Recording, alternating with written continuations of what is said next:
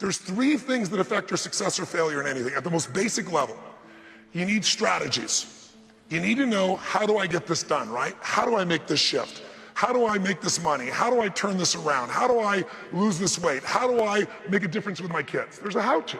And I spent most of my life looking for the strategies that have proven, stuff that gets you the quickest result in the shortest period of time with the most enjoyment and the least amount of pain.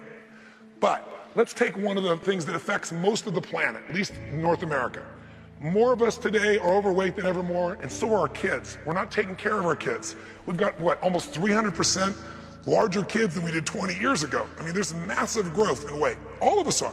And that's not a judgment. It's just about, there's something that's changed. Is our problem a lack of strategies on how to be able to lose weight? Sometimes people don't know what to do, I agree. But where can you find the strategies to turn your life around physically, to get fit, to get strong, to get alive? Where are they available? If you and I walk outside of this building, within 6 blocks, there's 6 gyms. We don't have to go to this building. We pick out your phone and there's a million articles, there's coaches you could hire, there's courses you'd go to. It's not a strategy problem. The real problem is you're missing the second thing you need. You need the right story. Because if your story is a lousy story, you'll never find the strategy or you'll never use it.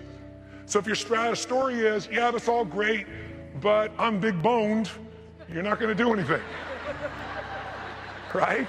If your story is, I've tried what? I've tried what?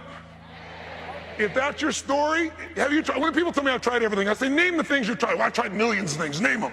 Well, tens of thousands, name them.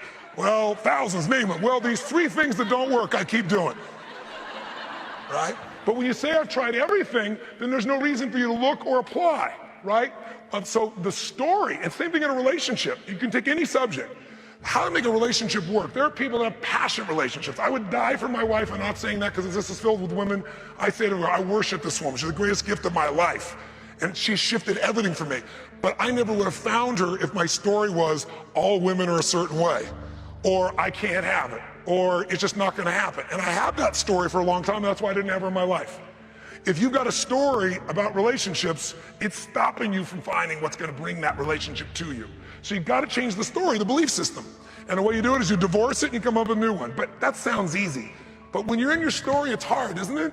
Because you said it so many times. It almost has a life of its own. So you need the third element. You need a quality state. You need a different state of mind. Because the state you're in will determine your story. Do you ever notice when you're really, really angry with somebody, suddenly you can remember every story of anything they've ever done that's upset you? Do you ever know when you're totally in love with somebody, what can they do wrong when you're totally in love with somebody? By the way, what's wrong in your life when you're totally in love? Make the sound if you would, and if you're at home, you can do it too. Make the sound of what it's like when you're head over heels in love. Just make a sound for that if you would for me. Go for it. Some of you have not been in love for a while, I can tell. Let's try it again. Make the sound of head over heels in love, ladies. Come on. When you're in that state, what's wrong in your life? What's wrong? Nothing. And when you're in that state with somebody, what will you do for somebody you're in love with? What will you do? Anything. If they say, would you take out the trash? You go, take out the trash. Of course, right? But after 7 days, 7 weeks, 7 months, 70 years, at some point, some of you change the story and you're in a lousy state and they go, would you take out the trash? You go, take out the trash. What do I look like? You're janitor. I don't know why we don't have passion like we used to.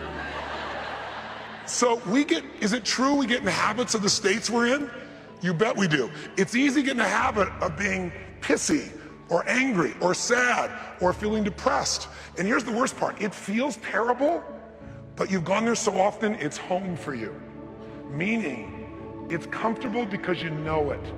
And you gotta break out of that. So you can break out of it in the most simple ways. Before we started, I showed you the fastest way to change your state is a radical change in the way you move.